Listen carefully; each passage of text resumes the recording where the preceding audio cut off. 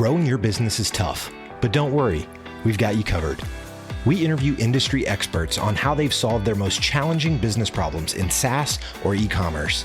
No fluff, just step-by-step playbooks to help you dominate your market and crush the competition. This is the How We Solve podcast. Here's your host. Welcome to another How We Solve episode. I'm David Hensel, your host from How We Solve, and I have my business partner Dave Schneider on the call. Dave, thanks for being on. Hey, come in. It's actually my first time on a live show, I think. I don't think I've ever been live before. Oh, really? Yep. Yeah, so sort of a monumental occasion. The history books will write about this day. Yeah, hopefully the first of many. Dave runs an agency called Shortlist.io. It's also part of the How We Solve umbrella. And Dave, how about you tell our audience what's up with Shortlist and what do you guys do?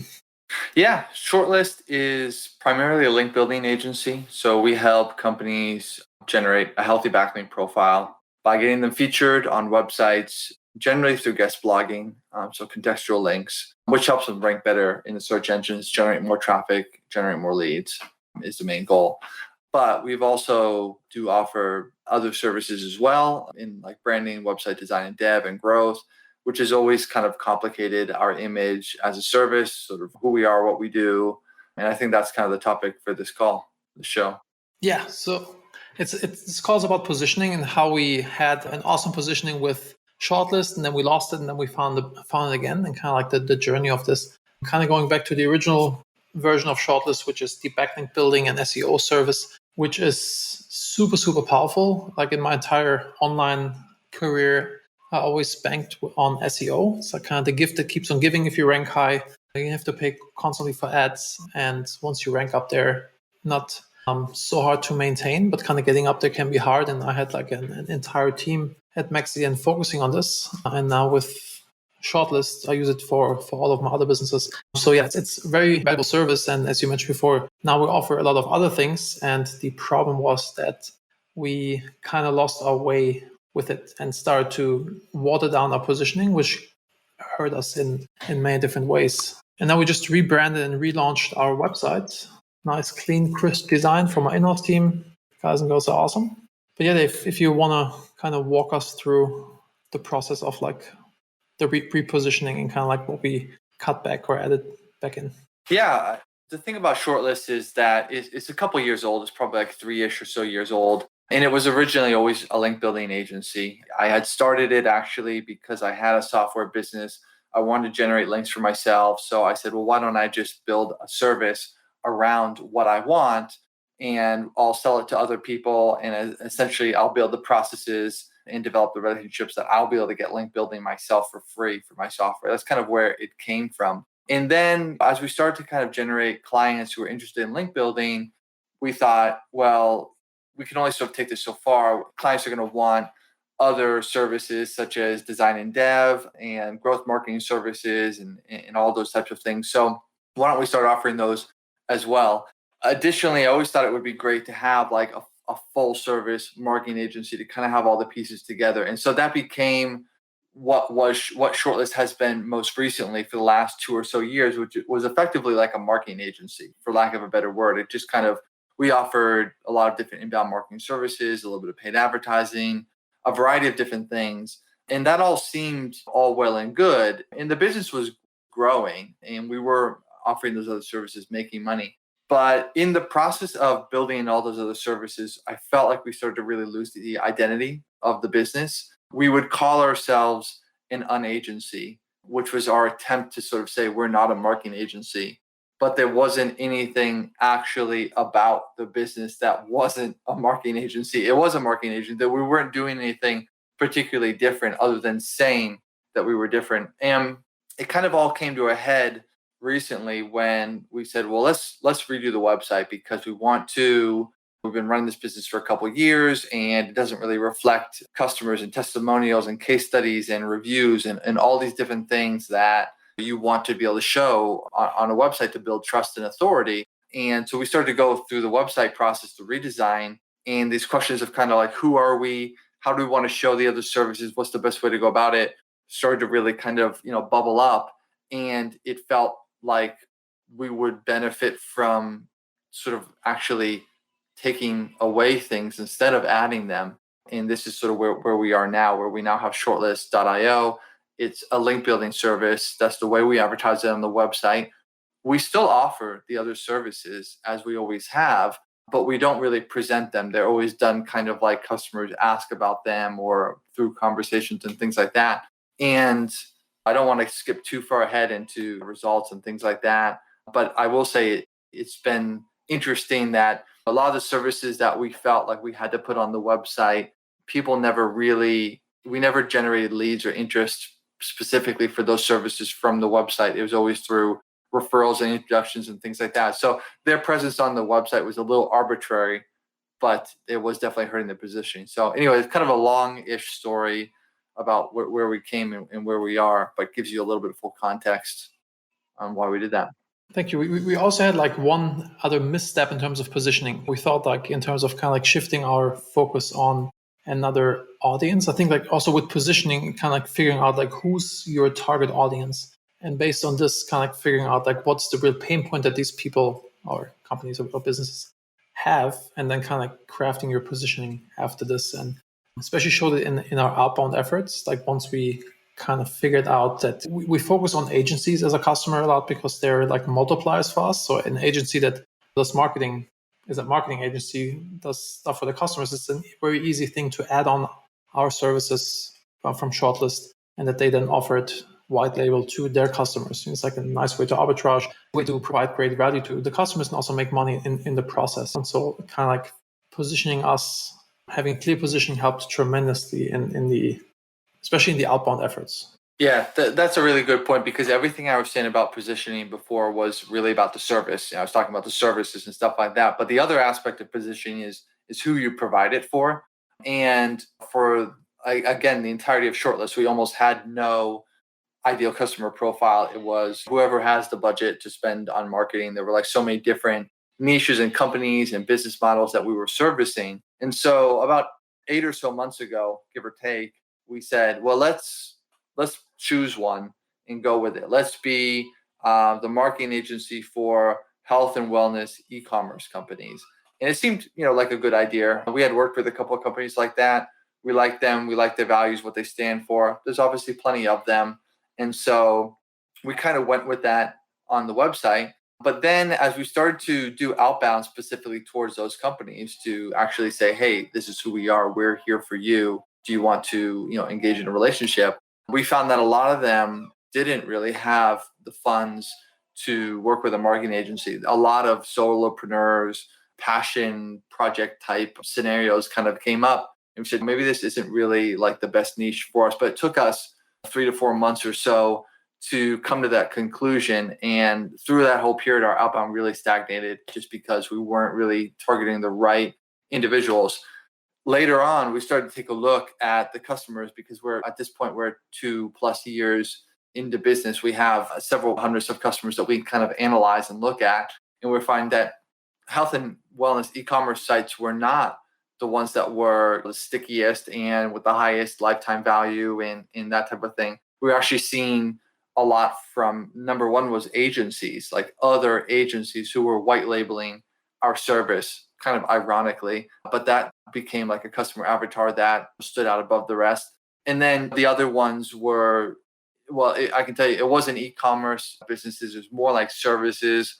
And a lot of them were niches that were maybe not super sexy, but they were the ones that struggled to get backlinks, because maybe in their industry, there's not a lot of interlinking and content writing and things like that. So it could be a guy who, does AC conditioner repair or something like that, something that you wouldn't expect. Yeah, now with having, I think if you can share some numbers, I think we more than 10x the amount of appointments that we're setting now that we have the new website up comparing to what it was before, right? It's pretty intense. It was a lot. It was a big difference. I can kind of pull up the numbers. I mean, we had times over the last 8 or so months, like I said, when we switched that positioning, where we literally generated only like 1 outbound call in February. That's really quite recent. Like we're in early May right now. So February, I mean, we had only generated one outbound call. We started to redo the website. We started to, like I said, reduce the scope of services that we offer. Obviously, like we improved the website to talk about the case studies and the services that are relevant to our positioning. We removed the health and wellness e-commerce stuff. In March was 18. It was 18 outbound calls. April was 17. So it was a huge difference for, the way people responded to our outbound, and also a huge difference in just sort of the way people connected with the service. April was, by and large, our highest month for revenue for total invoiced, and it was a significant jump over March and February. So there's a lot of factors at play. I'm always a little cautious to assume causation, but I definitely think that the positioning, the website, everything kind of working together is a large part of that increase. Yeah, it's awesome. I think positioning is like one of the toughest things to do for an entrepreneur, because you always think like, oh, I'm leaving out all this opportunity and I'm castrating myself, I'm cutting off my legs.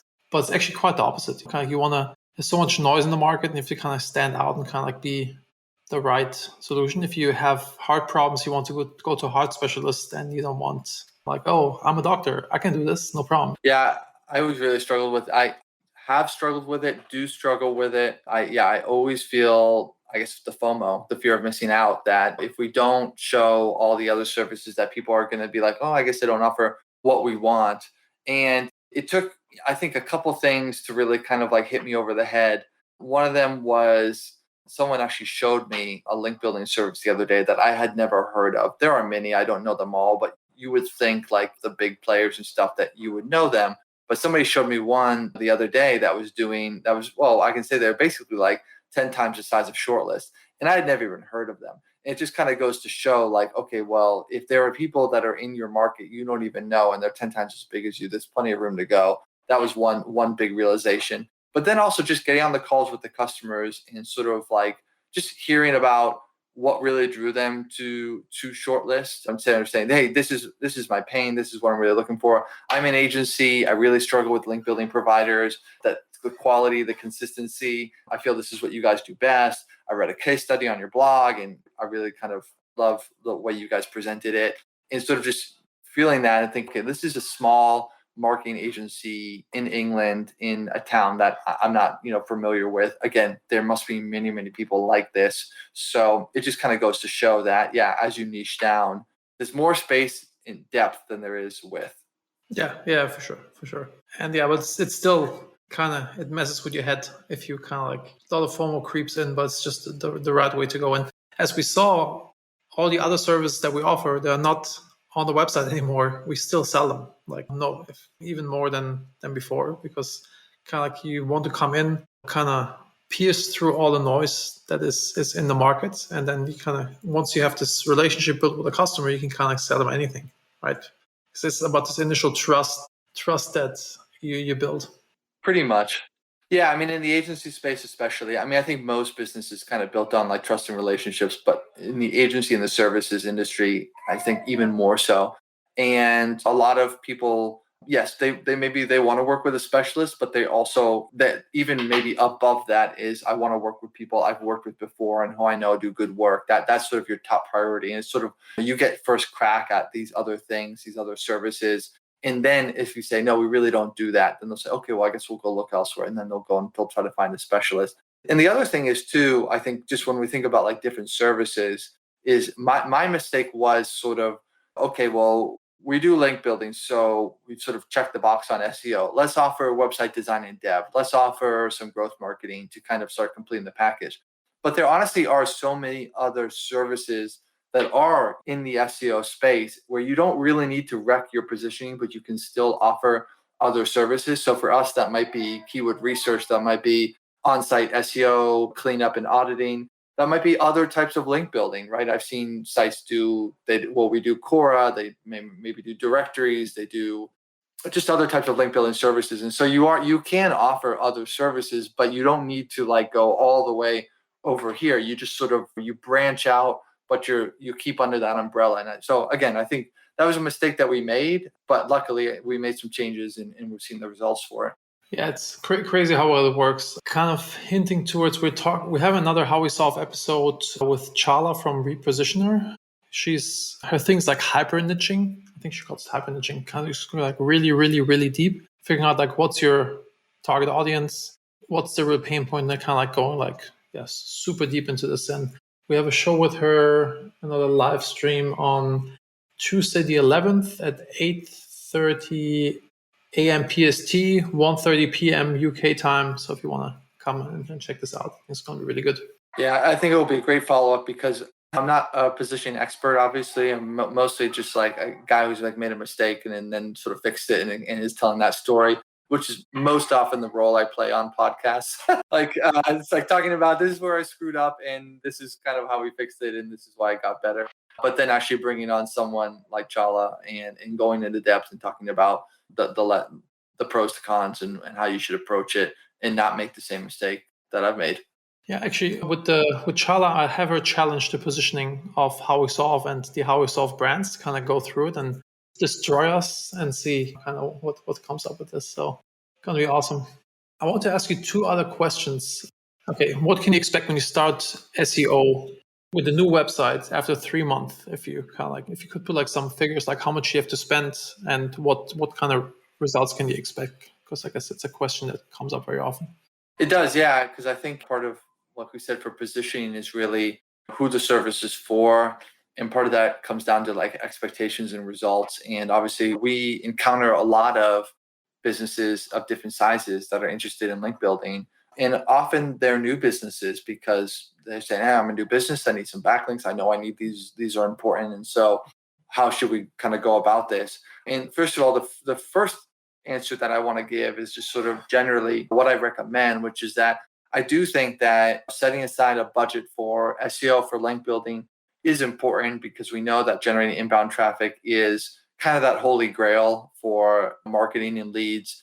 And you don't want to neglect that. But I also sort of too often see people kind of take an approach of, okay, well, I'm just going to throw like a big lump sum of money at something to kind of like either catch up or just sort of like fix it. And then they kind of like run out of budget and it's sort of like, what now? And so I really kind of think that the best approach is to sort of set aside whatever it is you feel comfortable with, but whatever it is that you're willing to do it for like at least a year, honestly, and really with the intention that this is going to be a long-term aspect of the business. So whatever is amount that you think you could kind of spend in a year, divided by 12, that's your monthly budget. Because yeah, it's going to, it's not something you want to like start and stop. You kind of want to like keep going.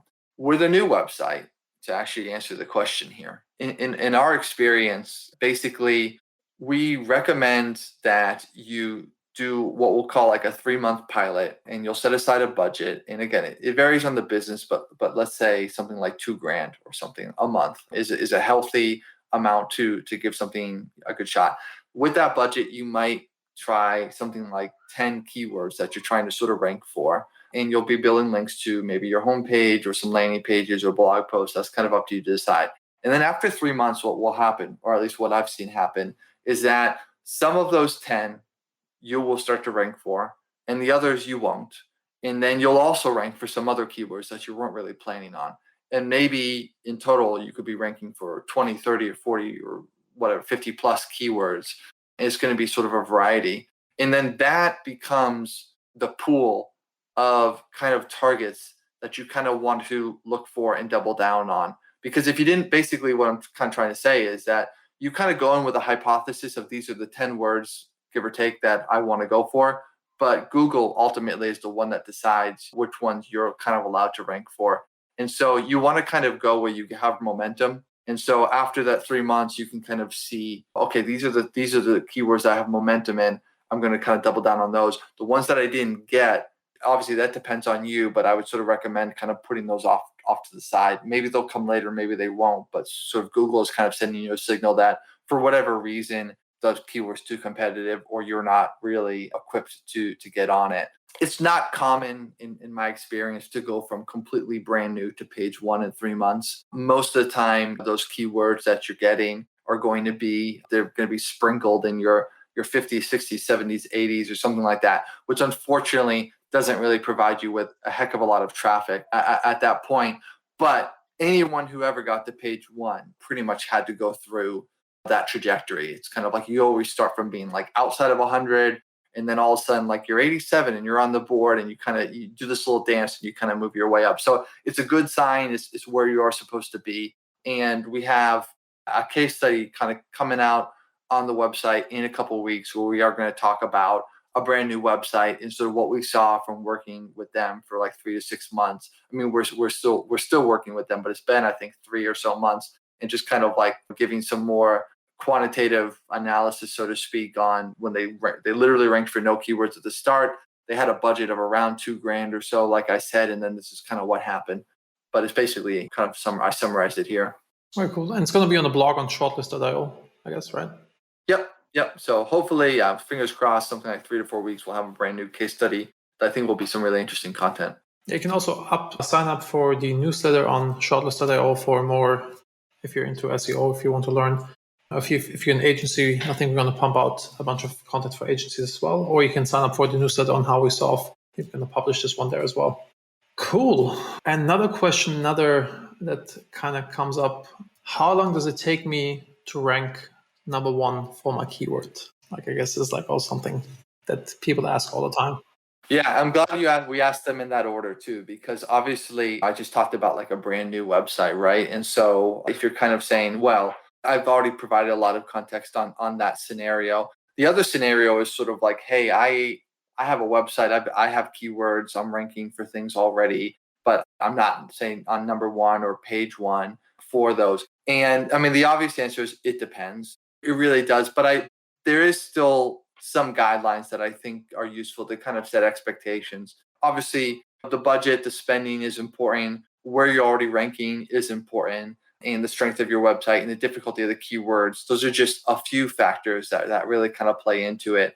But I think in my experience, if you are, say, already on page 2 and 3 and you have like a good website and you're willing to kind of put in a budget that's between, say, $1,000 and $3,000 or so a month, then I think you can kind of be on page one in a couple months, just a basic kind of expectation. But at the same time, it can also take 3, 6, 9 or so months in many cases. So because we know that question gets asked a lot, we did write an article about this that is on the blog already. It's a great case study. And we basically said, well, unfortunately, we're not allowed to sort of say what the website is, right? Because we have to sort of protect anonymity of the customers. But we talk about the website, what is the domain authority of that website? Like, how strong is it? What type of website is it? Is it like a SaaS? Is it e-commerce? And sort of where was it ranking at the time we started doing link building for the keywords, what their budget was, and then essentially where they ranked after like 6 or so months. And so there's about 6 or so different client profiles that we walk through, kind of show like, okay, this was an e-commerce brand, pretty decent authority, budget of $3,000 a month. They approached like 30 or so keywords. Here's what happened. I think that's also a really interesting case study that helps kind of set expectations. If you're not a brand new website, but you have already some presence about what you might expect, I would check that one out too. Yeah, just posted it in the chat. Yeah.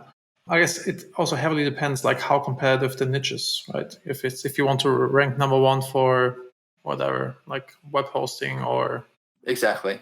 There are some things that, I mean, I won't say you can never rank number one for, but it's just sort of like the uphill battle is going to be really significant. So I do think one of the things I think that sets us apart is we don't try to be order takers. Obviously, people can kind of come to shortlist, they can sort of place an order. But if we feel like it's going to be unrealistic in terms of what you're targeting, what your budget is, we'll let a lot of people also defer to us for keyword recommendations, what we think is going to be good, how many links we recommend for each. So in that sense, we aren't just kind of like this hollow service provider, but it is really intended to kind of be a partnership and sort of to try to get you the end result. People always say like getting backlinks is like one of the most crucial things, which it also is, but something that often people neglect, which is such a low-hanging fruit, is internal linking. Kind of with your, on your blog post that you can link to other blog posts with the right keywords. Like it makes a massive impact, and it's also something that the shortlist team can help you with. They're doing it for all of my brands, and I never could get people to do it properly, or it was internally. And so it's good to have an expert that's kind of focusing. Yeah, those types of cleanup things can be like kind of a pain, but the on-site SEO, when we talk about link building, we call that off-site, but the on-site SEO, which is your internal linking and the hierarchy and the metadata and all those different types of things, is equally, if not more important. And I honestly recommend, that anybody who engages in off-site link building, that they've done the on-site first. That's always the lowest hanging fruit, and you're kind of not getting the best use out of your marketing dollars if you go kind of immediately to off-site stuff with a website that isn't in tip-top shape. Do you have any tools that you can recommend where people can figure this out? Yeah.